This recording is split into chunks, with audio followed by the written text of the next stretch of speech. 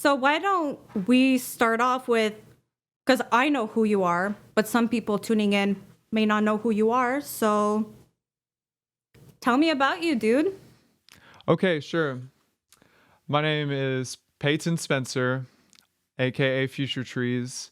I am from Birmingham, Alabama. I grew up in the South my whole life. I am dying to visit some other places. The furthest I've gone in the US is to California, and I haven't seen any of the middle. I haven't seen the Northeast. Like, I've got the Southeast down pat, and then Cali over here. That's it. So, dying for new experiences. I'm studying electrical engineering at university here. Um, I've been here for 5 years, so I'm a fifth year senior. It's pretty common for electricals.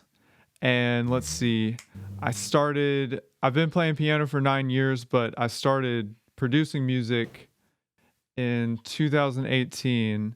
I was working a co-op, so when electrical engineers, and engineers in general, we got the opportunity to work during school, and we call it a co-op, where you go off for a semester and you work full time, then you come back to classes. That's why I've been in school for 5 years. That's So, crazy. That's a long time, 5 years. That's dedication. yeah, kept my scholarships. I've seen friends lose their scholarships and all that stuff. If anybody's going into college, be wary of, GPA and scholarships. They kind of want you to lose the scholarships, and I knew a lot of people that lost them freshman year. So I'm sort of an odd one now, and I'm so grateful and blessed that I kept them, and it's made education really cheap. So amen to that. So yeah, anyway, I started making music while I was working on one of those rotations. I really didn't like the job. It wasn't using my brain enough, and that just makes me depressed. If What was the job?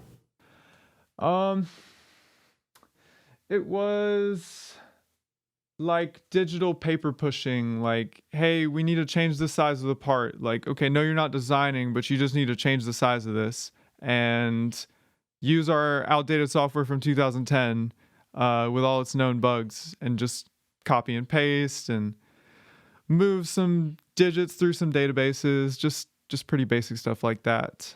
So is that kind of more administrative?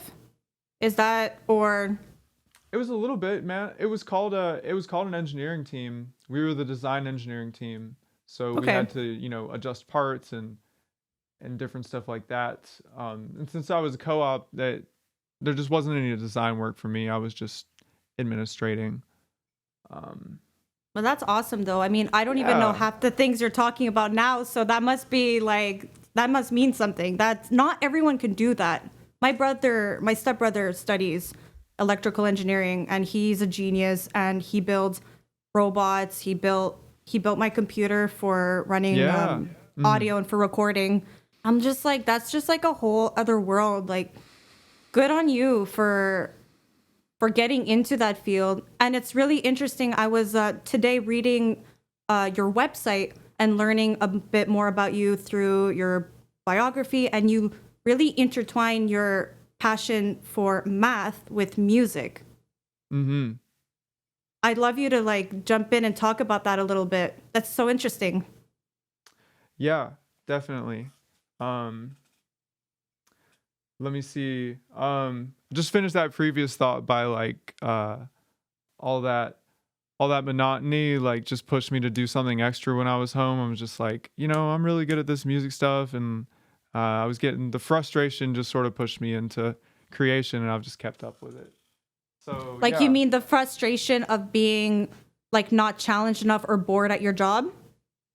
pretty much. Yeah, I'm like this. You know what? I don't want this to be my life, and I was afraid it would become my life. So I needed to push myself further. Like when I was home, I couldn't just be chilling too much. Like I have a natural instinct to see chilling as sort of a negative thing, and that bites me sometimes. But yeah, it pushed me to do a lot of stuff, to just That's practice. awesome.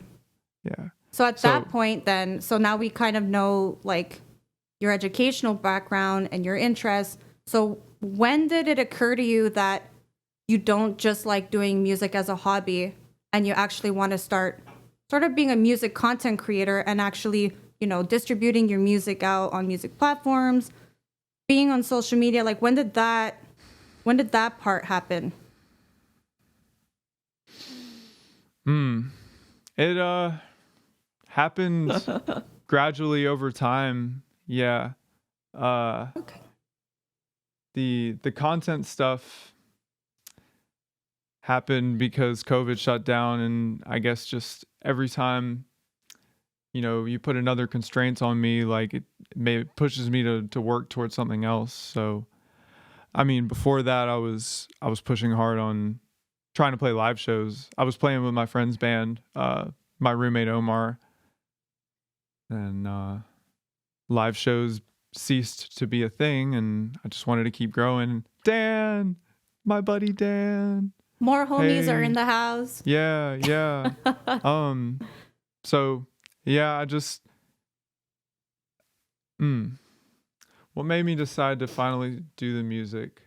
Well, I know I'll I tell you hit what. it I'll off with tell you such a what. hard question. No, I'll tell you what helped. I mean, Omar, who I met in 2019, gave me some really serious confidence because he was the most musical friend I have, or the most dedicated, the most professional, like the least hobbyist of a musician. Like he's really trying to make it a career, and just meeting him and having some of his confidence, or just the fact that he respected me, like just really improved my self-respect. And this is your Maybe. roommate you're talking about? Yeah, it's my roommate now. Right on. Nice. Yeah, I met him in 2019. Both were in electrical engineering together, and that's Oh, how we sweet. met. Yeah, actually, he's computer engineering. It's a little different. Yeah, Omar. I wouldn't know. Yeah, you wouldn't know. Oh, shit, he's right there. Ah, caught. Oh, he's in Caught the house. red-handed. We were just talking Yeah. about you. Yeah. Well, yeah, so we became roommates this fall. But we met, all the way back in spring 19. And I saw that he was using the same DAW as me. I said, I like saw him in the room with his laptop, and I'm just like, oh, that's Studio One. I use Studio One. So that was the conversation starter. And then I noticed, so he does like very many guitar layers, and he played me something with, a dozen layers or something. And I'm like, what's the metronome in this? Like, what time is this? And that got me into time signatures, long story short. Okay, cool. Interesting. Yeah, he's wild with it. I mean, he'll do 11, he'll do 7, he'll do 5, he'll do everything. And playing in his band was a blast too. Got to be tight. Danfer says, I'm reading some of the comments I was listening to. I got to always multitask when I'm hosting my hangouts and chats to really incorporate our audience, who's quite the chatterboxes tonight. Yeah. Candy says, it takes balls to leave everything for your dream. It really does. It does. I'm all about the one who dropped out of university to do music. Let's not go there. And Danfer says, what is he saying? Pretty sure you're the only two people I know who use Studio One. Yeah. There should be more. I don't know why it's underground. And Candy, I haven't left everything, but did you leave everything? Or Melotika, did you leave everything? I did. I was studying psychology. I went back to it afterwards, but I was studying psychology and therapeutic recreation. And, how old was I at that time? I might have been like 20 or 21, something like that. I'm like, man, this is so interesting, but it's not what I want to do because I'm just such a creative person. And I just never finished the program. And I went to music production private school to get it all done in 1 year, like a trade. And my mom flipped. She was so pissed. Yeah, so there's music production trade options in Canada, huh? Yeah, I went to Recording Arts Canada. I learned how to do live sound, how to use like a soundboard, learning how to use different DAWs. That's how I was introduced to Pro Tools and what I currently use to record my demos at home. I prefer recording my vocals at a studio. It's hard for me to mix my own voice. I need the help of someone else because, you know, as a singer, you are always your worst critic. It's such a vulnerable instrument. But it was a fun program. I don't regret it. And yeah, so it does take balls candy to follow your dreams and drop things that are safe. Because it's safe to go to school and get a real job, but it wasn't what I wanted to do. Bury the balls. Exactly, Travis. Bury the balls. Walk away and bury the balls. Yeah, we have that was a joke. It goes way back. We were texting and my autocorrect wrote bury the balls, or his, I forget who, and it was just so funny. So that's the nickname for bury the bones. Nice. Now I'm in on it. I wanted to ask you, so Tried that. Tell me about this 2020 Soup song. The rap song. It was hilarious. Like what was that? Like what the heck happened? Like that was so funny. Like it's so good. Thank you. First of all, thank you. And the chill hop beat was dope. And then the way you pulled off doing like the mumble rap, like I'm sorry, but that was great. Well, that's what happens. That's what happens when me and my friends get high and hang out together. So that's what happened. Yeah. That was just the start of it. See, I take moments like that and produce them into more of a fuller song. So the beat came from my friend down the road, Andrew Kober, otherwise known as Papa Red. He's in the Featurations. And he just brought it, and we just like to hang out and freestyle sometimes, just for, you know, pure laughs. So I definitely started it. I did the first verse, and I just decided to pick up a voice kind of like this. I won't break into character right now, like because I need the sunglasses if I was going to do this. I have no idea like how you did that. It was just great. I didn't know whether to laugh or cry, but I loved it. And then was it you screaming at the end, "Where are my meds?" or something? I don't know. Like the whole thing was whack, but in such a good way. Yeah. Thank you. It's like a bad psychedelic trip. And there's exactly 4 friends in total. Well, me and 3 guys. So Omar is the second MC, and then Andrew Kober made the beat, and the forgot to take my meds. That was Seth. Like we broke his mic virginity, quote unquote. We said, "Hey, get on the mic, Seth. Get on the mic. I don't care if you got nothing to say. Get on the mic." And he did. Oh shit! Was that his first time? Like doing any vocal? No way. Okay, that's crazy. Yeah. And then you released it. Yeah, I enjoy doing that. Yeah. Oh, that's fun. Yeah, soup it up, says Johnny. I agree. And yeah, I'm glad you guys heard. And also my friend Tony's here from Germany. He's about to be deployed, but I'm glad you can make it, Tony. Hey, Tony. Blind Melon is insane. Oh yeah, and like Omar, he did ad-libs over the beginning of my verse. Like the ad-libs really top it off, because what's a mumble rap song without some good ad-libs? It was really interesting. Like it was definitely different than your other tracks, because I feel like I get a lot of the Tame Impala and like M83 vibes from your music. Yeah. But with quirky elements. Like your vocal style is a little bit less serious and more quirky, except when you're doing like the more atmospherical stuff that I hear in some of the tracks, and that's more serious. So like you play around with like many different things, and I'd love to learn like where your inspirations for all of that come from. Yeah, definitely. I liked the way you drew those vibes together. You said M83. What was the other person that you said? Tame Impala. Okay, yeah. I like to write these things down sometimes, because it always helps. Blind Melon. Oh, I've never heard Blind Melon before. Oh, they were just above their time, because Blind Melon did pop and jam minded, but they were so popular.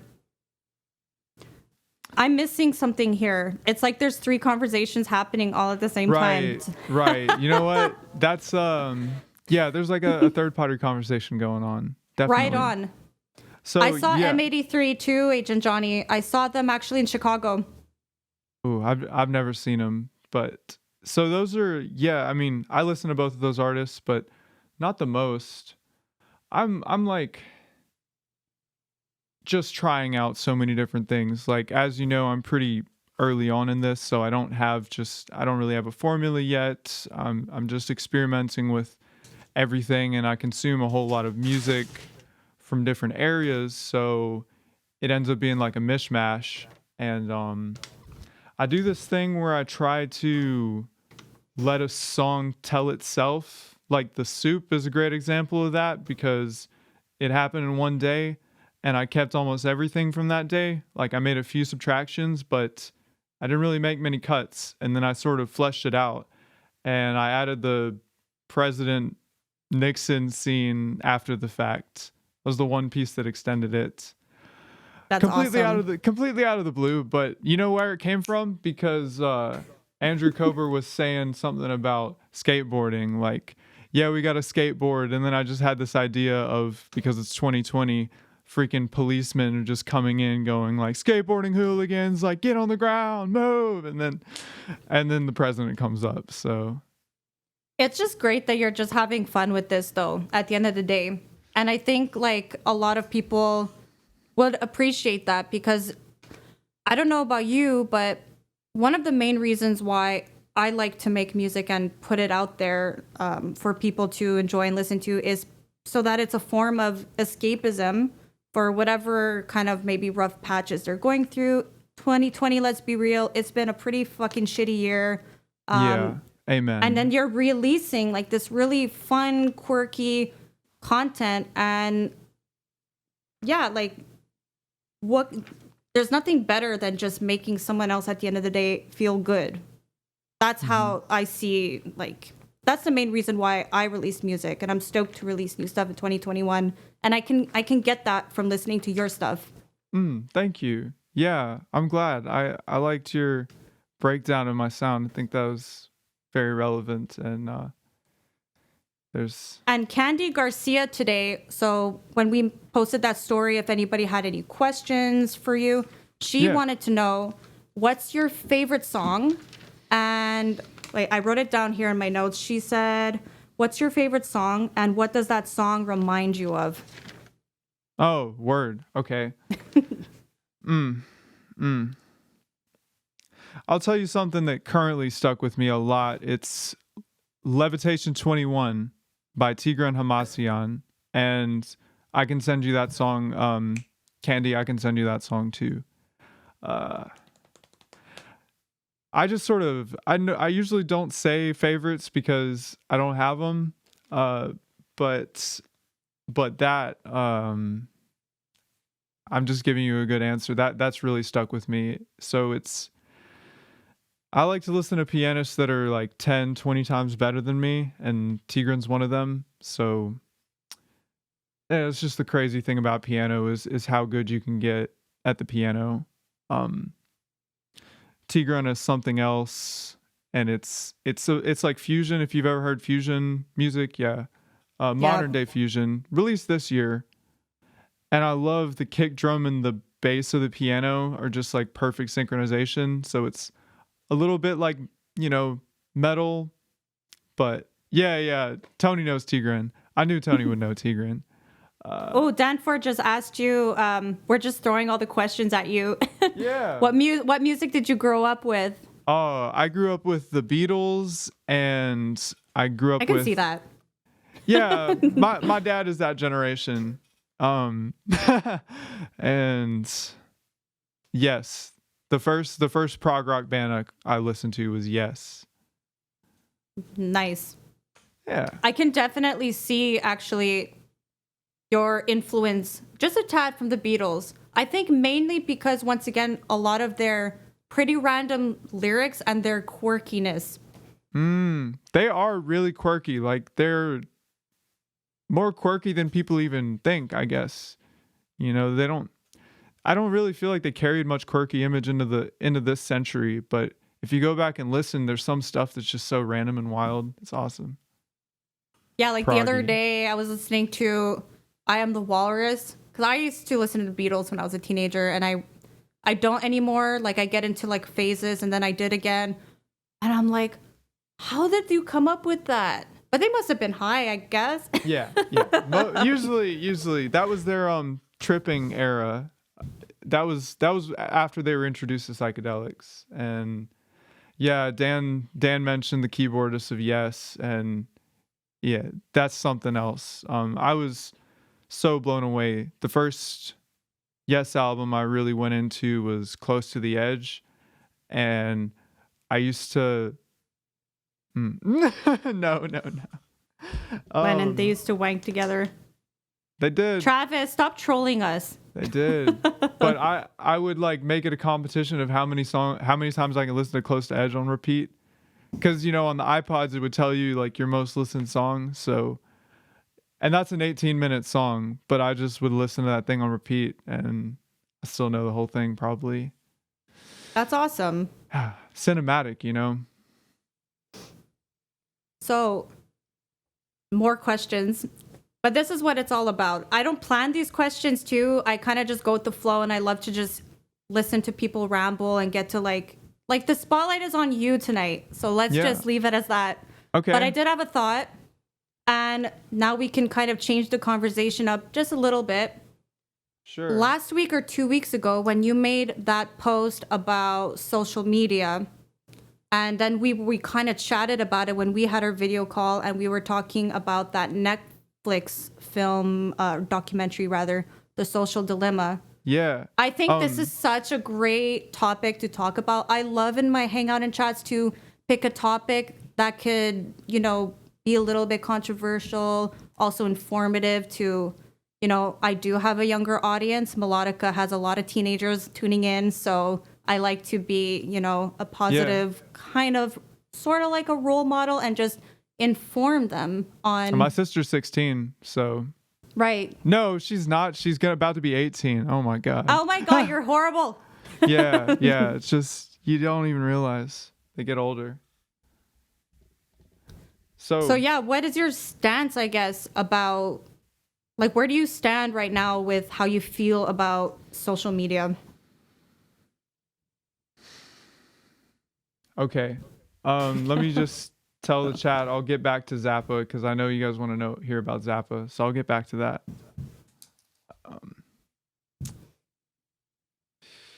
All right. My stance on social media. Well, I've been reading this book called The World is Flat, and it's not flat Earth. It's something different. I'm not sure if you ever heard of it, but it's an analogy for the way the world works now. I mean, you are in Canada, like thousands of miles away, and I'm in Auburn, Alabama, but we're in the same room together practically. It's been flattened. There's no distance between us, technically. There is physical distance, but digitally there's no distance. And there's no distance between me and people in Europe and people in India and wherever else. Because of all these digital tools. So that's amazing. It's right. Like there's it's just definitely fundamentally amazing. there's a heck of a lot of benefits around that, right? Mm-hmm, Like think of this year. I mean, we're not allowed going anywhere. I don't know how it's like in the States, but we've had basically 5 lockdowns here in Canada. Oh God. I've been homebound since March. I feel like this whole year has been a Christmas holiday in my pajamas. So what would I have been doing if I didn't have the internet and social media? I created Hangout and Chat inspired by the lockdowns, being home in a way that I can interact with people like you, like we're having a discussion, like it's like we're going out having tea time, kind of, right? Like we're hanging out, like we're face to face, we're shooting the shit, we're chatting, and that's awesome. Yeah, and we never would have met otherwise, Exactly. But then there's that toxic side of social media that is so subtle, and like you really don't It think is about very it subtle. until you know you're exposed to a little bit more information. Like when I watched The Social Dilemma, I was like, when I looked at my phone after, I'm like, no, I didn't even sleep with it next to me. I left it in the living room. Yeah. Oh, yeah. I'm sure plenty of people had that reaction, and then it fades a little bit. You sleep through it, and some of that emotion goes away. Um, well, so to this book, I'll get it so you can see the cover. Yes, exactly, Travis. It's so subtle. Right. So this was written sort of at the start of this century. Uh, well, it's in backwards, but it says the world is flat. It's been just a really interesting perspective sticking on me because it's just talking about a lot of the positives of globalization. And it's interesting because it was far ahead of its time. Like I'm seeing what this book was written now, like it's happening, that all these tools have made everybody sort of on a level playing field. You know, everyone in the world just about has the same free tools that they can use to make content like we're doing, or just to play music and whatever. But now we're living in a slightly different world than when this book was written, because now we've got the megacorps. We've got companies that are bigger than ever. I picture them as black holes. That's how Yeah. much they're money black holes, and they have to grow. That's why they're black holes, because if they don't grow, investors don't get happy and they sell the stocks, and then the stock falls and they shrink. So they have to grow. Therefore, they're black holes. Therefore, they're just amassing cash, you know, however they can. But they're also dark matter because you kind of can't see them, because you're on Instagram and you don't really, you know, for the first 8 to 10 years, we couldn't, thank you, Dan. For the first 8 to 10 years, we couldn't see what they were doing. You know, we just knew they're free. But how? And why are they so rich? And why can we make as many accounts as we want and upload as many things as we want? Like, especially the multiple accounts thing. Because when you're just sort of naive, you're like, huh, that's so weird that they let me just produce so much data. I mean, it costs them money to store that stuff, right? And most people don't really think past that. They're like, I don't know. I guess they sell ads or something. And they think, well, I mean, I'm not really affected by advertising. I'm smart. You know, I don't click on the ads. I'm good. Yeah, But they don't need. that's what I was saying to myself back Right. 5 years ago when I got Instagram. I'm like, I'm so beyond that. Like, Like, but I'm good. I'm smart. I got sucked in. I'll admit it. Me too. I got yeah. brainwashed so hard on Instagram. We had no clue. 2010 through 2020, for the most part. Yeah, I'm smart. Yeah. So, right. So the point is, like, you don't really have to click on the ads for them to make the money they need. Like, they're still influencing you invisibly. I mean, just think about, like, the ads that follow you around just because you hovered over them for a little bit longer, and you know that it knows, like, oh, he spent a second longer on this ad than usual, so we're going to keep showing him that ad for months, maybe something like that. Did you notice something sneaky Instagram recently did? That they put the new shopping section of Instagram where your Right where your likes notifications were. used to be. Yeah. Yeah. That was fucked. That's fucked up. Pardon my French. And that says a Everybody. lot right there that they would do something like that, right? Yeah, look, everyone's saying it is easy to get sucked in, and there's absolute benefits, like we said, like I'm talking to you right now, like we've been enabled to do this. This is a fantastic free service. I wouldn't mind paying for this service, you know. And yeah, I think it's all like balanced too, right? Like I think it's really good that people are just starting to be more aware of what the little like subconscious evil people are doing behind the screen when we're on social media. I call them the evil, like, big brother. Right. But they're just algorithms though. They're not even people. They were coded by people. The hypothetical people, right? Kind of like in that documentary when it made it look like imagine it was people. Like the algorithms were like those 2 or 3 dudes in the documentary, if you remember what I'm talking about. It's a great analogy. Like if you think of it like that, like that is so creepy. Like, yeah, it's just an algorithm, but they're collecting all your data. Like they have everything. Even when you delete, like I go through once a year my Instagram and I'll delete posts to clean it up, but they still have that stored. They keep everything. Right? Yeah, until they probably delete some stuff to save space, whatever they deem as relevant, or they can actually train the models with the data and then delete the data. That might be one thing that they do. Yeah. So, you're feeding them into these AI models and it just comes up with these parameters, and there's, very much like neurons that have different weights for each input, and it's training to figure out what weights optimize for a certain cost function. And the cost function is what, determines everything. Like their cost function is keeping you online as much as possible and maximizing ad revenue. So the AI is very good at that. And the AI is a neutral player here. It's the humans that said, you optimize for this function here. And the computer has no choice. It's just taking the path of least resistance. It's just computing, just like we are. So... well, there's a way that you could beat that, right? I mean, for me personally, like now that I have a little bit more awareness of what's going on and just having self-control. I mean, I actually have a timer on Instagram. I use it as a business tool because Melotika is a music business. I love to interact with like my friends and fans every day. Like it's really important to have like that real connection. That's why I'm frequently... you wouldn't want to give that up.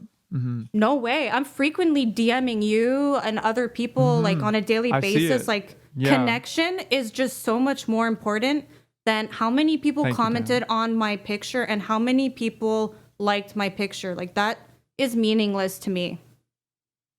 And I think it should be meaningless for everyone, because that's what sort of causes like a lot of depression in like the younger kids statistically. It's just looking at numbers. Yeah. But they keep wild. All the numbers. Yeah. I had a kid. He was 17 years old. He's into my music. I'm not going to say names. Sure. But he messaged me. He's like, oh my God, did you see my last picture? I'm like, yeah, that was a great picture, because he's trying to do photography.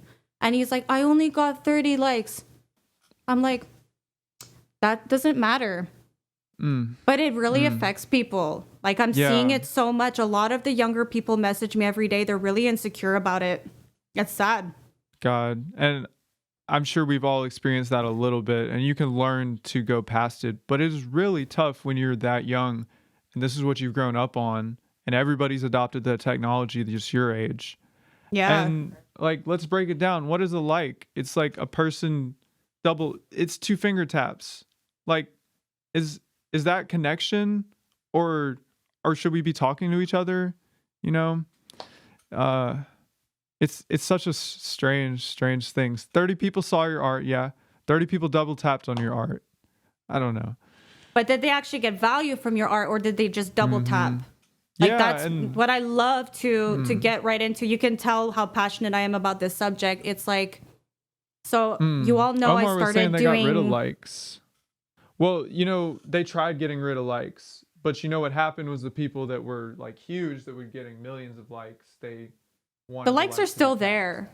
They just hide the number. They just hide the number, but like no one can see how many people liked my picture, but I can still see it. So it would still like hypothetically affect me psychologically, because I'm still like if I was still thinking like that, it's less effort. Yeah, and it's not to say don't go and like stuff. I mean, also, you can't expect. We're not saying go and just start direct messaging, I don't know, 50 people a day, because that can there's a limit to that too. Um, that can get really like I don't know if we're meant to communicate with that many people a day. I don't know what your limit is or what each person's limit is, but Well, do you get that's what why I'm I started saying? those newsletters, Mm. because I do like those polls, right? Like, as Melotika, I'm a music business. So on Twitter and Instagram, I make those polls in my stories and my posts on Twitter. Who here would be interested in receiving my newsletters? And then the people have the choice to click yes or no. Like, they're not forced into me. Like, I'm not forcing them. Like, I'm not spitting content at them. And the people who choose to want to learn more and be a part of my adventure, I add them to my newsletter. And I think it's great because I get to be more personal with them. I get to sit down and like create these really cool like stories that I bring them to my website, bring them to my world and share. And a lot of people email me back. So it just brings it off the social media platforms a little bit to something a little bit more personal. I find that's been working a lot as an artist, because I will have to admit, social media is really emotionally draining. So I had to find another way. Yeah, it can be. It's hard to feel like you don't really feel it till you put it down. And you're like, ooh. Even if you had a lot of good interactions, it's still draining in some type of way. Maybe because we want more. Maybe because we're used to, you know, really face to face stuff, or we have like a monkey desire for that. Like deep inside our brain. Mm. Well, it Yeah, releases dopamine though. Like when you get like a like on your picture and someone comments, you get, oh my God. Like it's like being on cocaine. Literally. Jesse's yes. here. I like the back and forth you crossed out and myself have, but it's a good idea. Wait, Jesse, what are you talking about? Hold up. I'm missing so much. Guys, I'm blabbering and you guys are asking questions. Yeah, there's a lot of things going on. Some people were Just talking use about. MySpace. Oh my God, I remember MySpace. That was hilarious days when I was an Uh, emo kid. I wasn't there. I was too young for that. I started on Facebook though. Yeah, I started on Facebook and MySpace. That was my days. I don't know how I would be dealing with all of this social media if I couldn't connect with mediation. I guess you mean meditation. Agent Johnny meditates, everybody. Yeah, he does. It's not easy to do. Mm. I try. I do yoga sometimes, but I like to do HIIT workouts at home. I think working out is like my ultimate de-stressor. Yeah, it's a very healthy dopamine release. You mentioned the email list. I'm definitely wanting to do that. I have a list in my notes of people that I think really like my stuff. So I was gonna send a message to each person and invite them to the list when it's ready. And the way I'm preparing it is I'm working on a story that could be coming out in multiple chapters. It's got a character, it's got future tree, and so Love it. release that through emails. Yeah. And I think then that'll be good for you. But you were also talking about doing a correct. Patreon last time we had a chat. Yeah, yeah. I still am thinking of that. I haven't well, I'll tell you the brainstorms for it. And I'm happy, Dan, that you would. It'll be a fun story. Yeah, so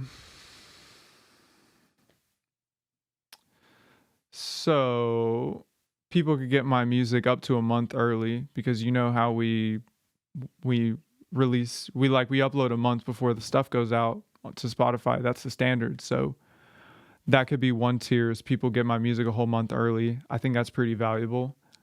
Mm, and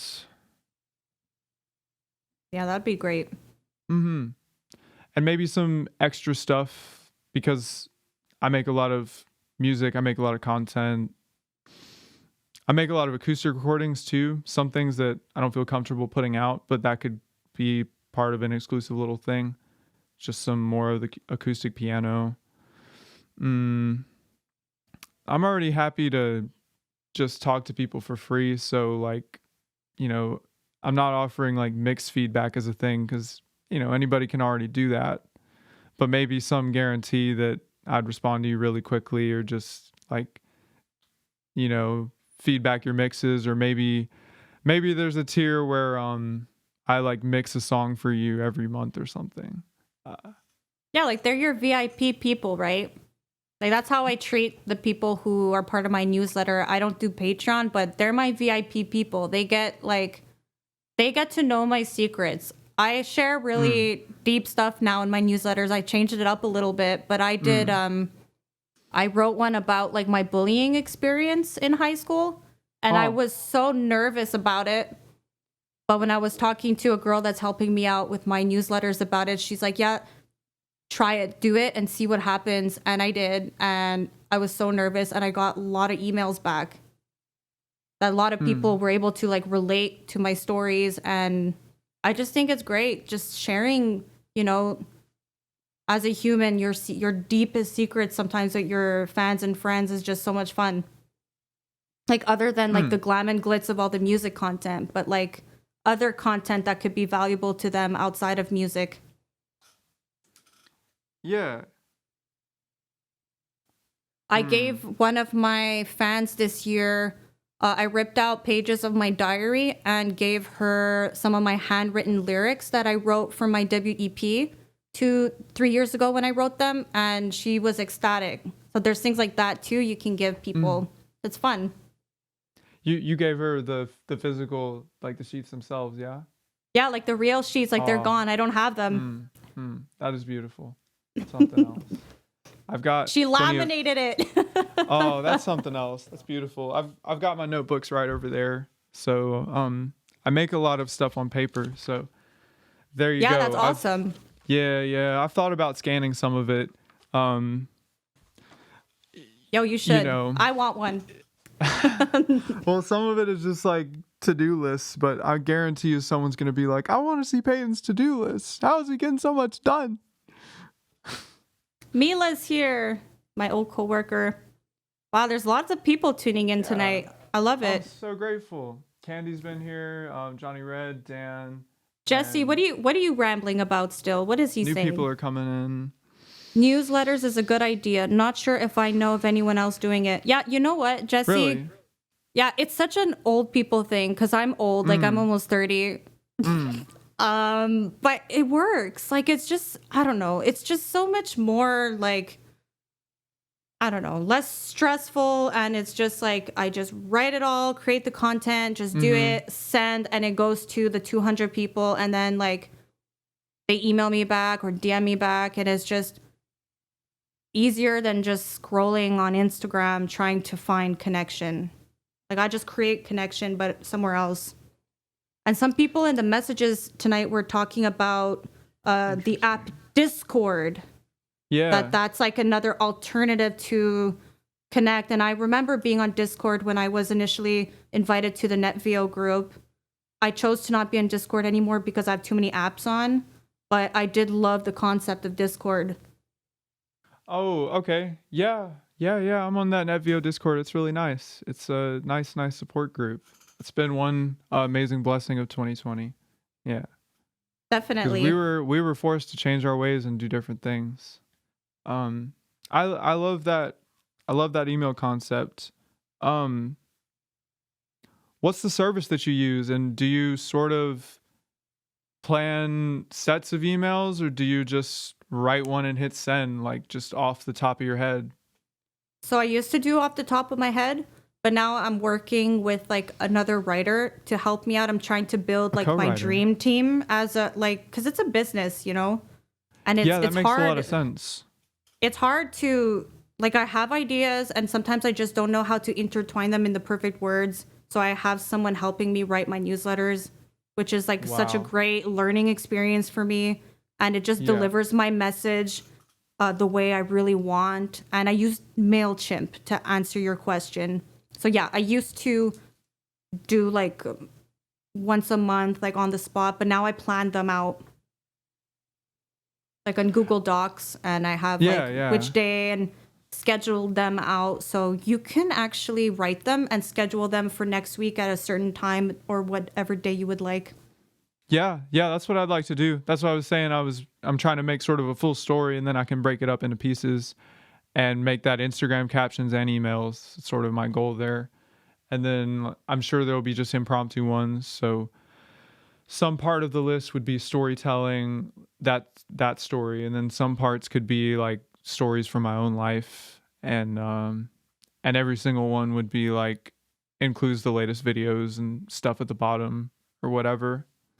Yeah, like you for sure add something at the end. Like I made a sale. Woohoo! Someone bought one of my masks on my website and a beanie. Really trying to nice. Yeah. You know, we're trying to thrive too, like so you can sell your merch on your newsletters, really try to make like a story, and you can even explain to people what the design on the merch is, who made it, how did you come up with that design. And yeah, you can get so creative in a different way with newsletters. I'm totally all for it. Yeah. Are you doing them monthly or weekly? I'm doing twice a week now. I used to do it once a month. And you know it's really interesting. I did a poll a few weeks ago, and I asked my entourage, would you rather receive newsletters from me a couple times a week or just monthly? And my real fans said weekly, and musicians said monthly, my musician peers. So I challenged my musician peers and asked them, so why do you say monthly? Just out of curiosity. And it's like a bad habit that musicians feel like they would be annoying people if they send more than one newsletter a month. Like, it's not even for any real reason. It's just that sort of insecurity musicians have, that they don't want to sell themselves. But even though you do, like if you're out there trying to pursue music and wanting to make merch sales and wanting to make streaming sales, Bandcamp sales, yet I don't know if you see what I mean. Like they're sort of like, and I could totally vouch for that because I used to be like that too. Like I had this fear of, I don't want to be too salesy. But there's a way to do it. Yeah. Me and Omar actually talked about this a little bit earlier, and his point of view is sort of, he doesn't want to do any marketing things himself. He wants to source that all, and I think sourcing, people call it outsourcing, but sourcing is an interesting concept. Like when you said that you have a writer, that's you sourcing out more writing work, and that's fantastic. It's helping you make like bi-weekly content, that you wouldn't be able to do just by yourself. So his point of view was, his core competency is producing audio engineering, making the videos, recording great guitar tracks, recording drums, and he would rather pay someone else to do all the marketing. That's why his band hasn't posted anything to social media. Like, it's just stay where it is, and he's done all the networking that he's done in person. So when this year hit, the band went on pause, and then I took the different direction of, I can't pause because it's just me, so I need to keep going, and I need to go online and really do this stuff. I feel like that was an illustrative example. Yeah, for that part of being like, I'm assuming he's sort of at our level of like still being independent artists and still like trying to get a bit more out there. For me, the problem I have with paying someone to do all my marketing and getting them to do it is that then I don't have a connection anymore with the people. Someone else is. And I need the connection with the people. Yes.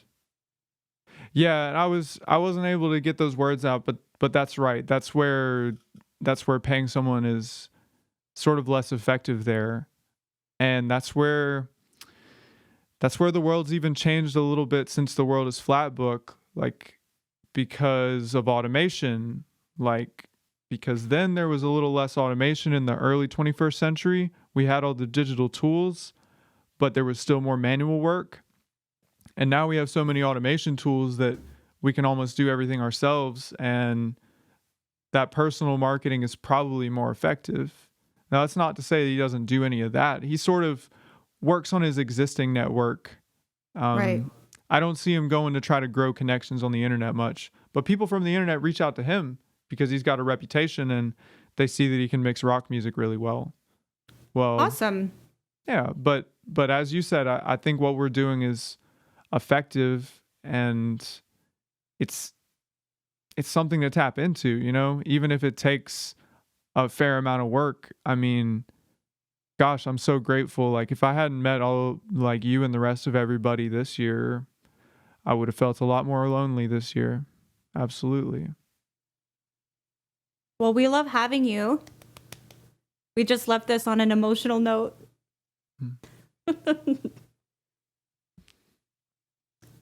For fun, does anybody have any questions for Future Trees? There was one question Tony sent me, which was talking about non-Western tunings and unequal temperament. Do you know anything about that? You can teach me. Okay, very well. So, next track. We're not leaving yet. Hey, Kilroy's here too. Kilroy's from Huntsville, another Alabamian. Hey there. What's up, man? We're only leaving till Instagram kicks us out. I don't even know if it kicks you out after an hour. It's about an hour. I guess we'll have to see. So equal temperament, otherwise known as Western tuning. So that's the 12 tones per octave. That's our standard, and it's called equal temperament because the notes are spaced equally from the octave, you know, from the bottom up to the top. Yep. And mathematically, an octave is when the frequency doubles. So if your A tuning, your low A is 440 hertz, then the A above it is 880 hertz. So it's just doubled. Which it's not linear. It's exponential. You know what I'm saying? And so, sorry if that's not clear at all, but No, it actually makes sense to me, but I hope some people in the audience understand too. right, because it's sort of doubling every time. Like both our hearing and, you know, our note perception is logarithmic because the octaves are a double up and then a double again. So you can just imagine that frequency blowing up. And so the equal temperament notes, they're not linearly spaced between the octave and the octave. Since it's doubled, the notes have to be scaled like sort of like a curve, like do do do do do do do. Yeah, like. Yeah. So couldn't tell you the conversion or whatever, but it's a very cool thing. They're equally spaced exponentially. So then unequal temperament is when they're not equally spaced. And yeah, that's the non-Western stuff. I mean, that's a lot of different countries, India, Middle East, just different areas of the world use different tunings where the notes aren't equally spaced, or they might even have more notes per octave. Yeah, that's definitely interesting. I'm blown away because I'm imagining all those frequencies in my head. I'm like, Yeah. We have special graphs that deal with frequency because it's logarithmic, getting microtonal with it. Yeah, microtonal is when you have the notes between the notes, basically. When you have smaller than 12 tones per octave. And you can picture an EQ, right? yep. So you know how like that scale, it looks like it's doubling. Like you'll see 100 hertz, you'll see 1K, then usually it goes all the way up to 10K and then 20K or something like that. 1K, 5K. Yeah, that's because of the exponential nature of our hearing. Yeah, that makes sense. And I got to learn about the math that lets us go into frequency domain. That's what an EQ is. You're seeing a frequency spectrum. So we're taking an audio signal, which is just a waveform that's going up and down along the time axis. Like we're sitting here and the time axis moving forward, and the audio signal is just going up and down in our ears. And with some math that we call the Fourier transform, we're able to represent that signal as a bunch of frequencies added together. And that's what the EQ is. And so, Maybe you should tell people who are not in music what an EQ is. Yeah, okay, sure. And my friend Reagan just joined. He's also an electrical engineer student in Auburn. So nice. Welcome. Yeah.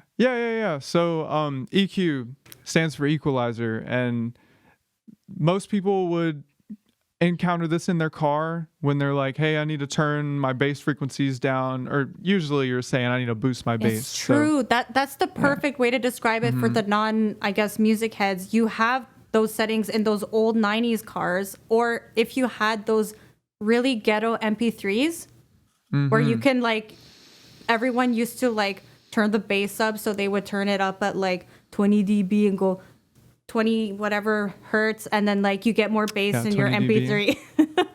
yeah 20 dB. I think that equals, that's the same as doubling. Anyway, it's all this cool stuff we learn in electrical. So I learned the math that lets you break a signal up into its bass, mids, and highs. And that's a very simple way of saying it. Yeah, 20 dB. Dan definitely knows what decibels are. So what kind of job can you get in the field that you study? All kinds of things. You could go work in the power industry, be working on power electronics. You could be doing the maintenance at power stations. You could have a very hands-on job where you're driving to different places and doing maintenance. Or you could have more of a desk job where you're collaborating with people and designing new hardware. Now, the computer engineers, they are doing more of the VLSI, which stands for very large scale integration, which is when they put the billions of transistors on a single chip. Very large scale integration. Put as many things onto one chip as possible. Yeah, it's a funny acronym. So what would be your dream job then? If you were to, like, if you finish school and then you get to pick your dream job, what would it be? I think it would be this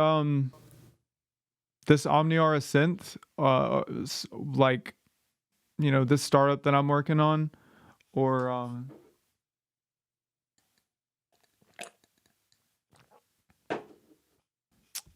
it would either be a job in a high impact area, like working on a brand new nuclear reactor, or maybe working on nuclear fusion.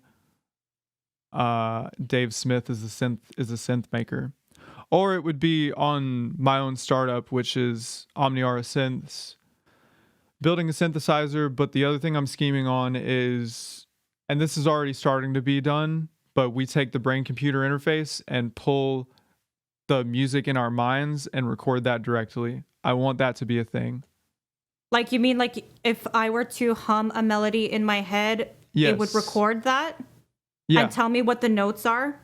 Yeah, you could do that, theoretically. I need that because that's how I write my songs. Right. Yeah. I before I even started recording the music, I had music in my head. I even had this really early on channel idea named, I just called it the music in my head, because I'm like, these things are in my mind and I need to get them out. And so we're in the primitive 21st century where we have to use our fingers to get our things out of our heads. But well, that's where the name Melotika comes from. Melotika, the melody is in me. Like, I'm the melody in my head. It would be so cool if I can just like compose the way I do in my head, and then it just like all the notes appear in my DAW, and I'd be like, sweet, the song's done. We want the Neuralink DAW. Yes. I'm going to try, Dan. I would love to make that a thing. The latest research I saw was at a university in Germany. They had a basic brain-computer interface, and they fed it into Contact, that virtual instrument from Native Instruments. and they had it. Oh, they fed it in an algorithm, which was just making notes. Yeah. And it was playing that'd chamber be so music. cool. Yeah. So they read. The way they calibrated it is they put the interface on the subjects, and they played music, and they were trying to go from a scale of sad to happy. So they played sad music to the subjects and then recorded their brain waves. Then they played more happier music and recorded their brain waves. And then they You mean trained, like minor, major? Like, what do you mean Sort- by sad? Okay. yeah, sort of like that. If you read the paper, they go into this super dry mathematical explanation of like, assume that sad is this, and assume that sad are these intonations, and these are the happy intonations, and Right. just- Yeah. yes. So Cool stuff. yeah. So they recorded that, and they trained a neural network to be able to recognize it, and then they put it to practice, where they read the brainwaves and then predict what their emotion was, and then play the music back to that emotion. And they were trying to see if people could modulate their emotions in real time by, listening to the music and trying to actually change their state. And that's called biofeedback. That's really cool. Elon's smarter than me, but thank you, man. Elon has more drive than me. I think we're getting kicked out. Really? Instagram is doing like, the countdown that like you have like a minute left. Well, for everybody who tuned in last, I had the pleasure of having Future Trees on episode 7 of Hangout and Chat. We got to learn so many cool things tonight. Go check out his music. He's super fun and quirky and really interesting. Thank you so much. It was so fun to just listen to you talk and to have you share your knowledge with the world tonight. Yeah, thank you, Mel. And we love you, Dan. Yeah. And let's do it again for sure. Definitely. Stay tuned, guys, for 2021. Big things for Future Trees. Yeah, absolutely. Next time we could do like a Instagram plus a Zoom call or something like that, so that we're getting this like high quality audio. Like we could work it out and put it on more platforms. Definitely. I'd love that. Cool, Yeah. man. Thank you so much. Have a good night. Thank you, everybody, for tuning in. Yes, thank you, Johnny, Dan, Omar. I'm doing the awkward Candy. finger thing. Bye. No, seriously, until next time, it was great.